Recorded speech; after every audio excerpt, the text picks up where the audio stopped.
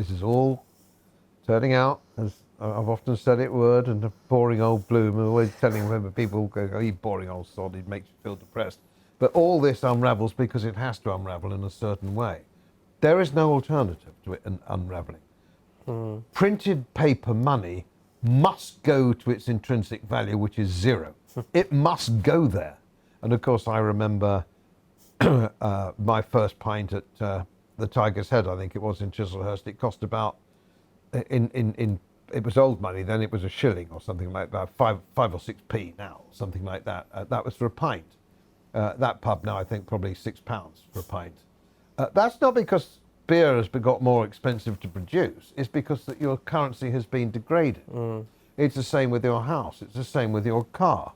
£14,000 would have bought a fairly good family car. It would have bought your state-of-the-art modern-day Ford or something like that.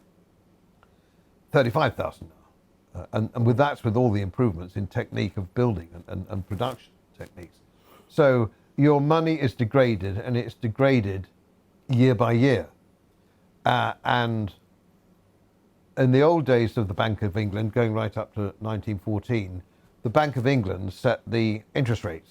They would set the basic interest rate, and you had to offer your loan or your investment commensurate with what you're going to make out of it. So, for example, if inflation is 2%, your yield on your investment to the bank has to be 3%.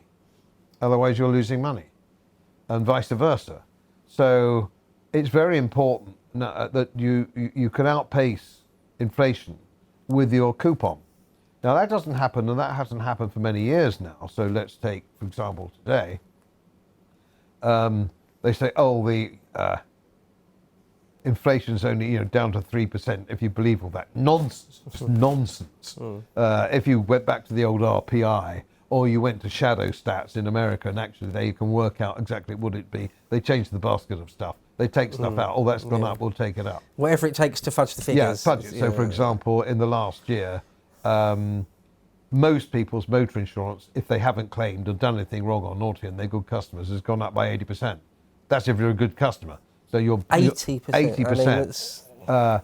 And I went in for a bar of chocolate the other day. I used to get the Co-op bar of chocolate because it's good. It's 95% or 85% cocoa, and I'm only allowed 2 squares of that in my diet thing. And I noticed that that's gone up now to £1. It's gone from £1.10 to £2.10. That's in a year. And there's a million, and anybody watching this in their world can work out what their personal inflation is. Anyone who goes to shop. Cheese seems very expensive all of a sudden to me. Yeah. Suddenly very... Anyway, yeah, sorry. Everything gets expensive. And everybody's inflation is different. And when I was managing pension fund money, this was an important factor. The inflation, if you are a student at university, is not the same as if you're a middle-aged man with kids, with a mortgage. And if you're an old geezer like me, my inflation rate is different to somebody else's. Because all I do is go out to the pub or the rugby club and swill ale. I don't do anything. So I don't really have an inflation issue. Right. But my property tax goes up. That goes up relentlessly, for which I get nothing. I get nothing for that. I get the bins emptied once a week. That's fine. Well, my mortgage rate seems to keep going further and further up. But yeah, I mean, it affects everyone. It affects everybody. And as you say, the intrinsic value of things hasn't changed. The intrinsic value of a pint of beer is the same as it's always been and will always be. Yes. So it's only inflation, and of course inflation is the unseen tax.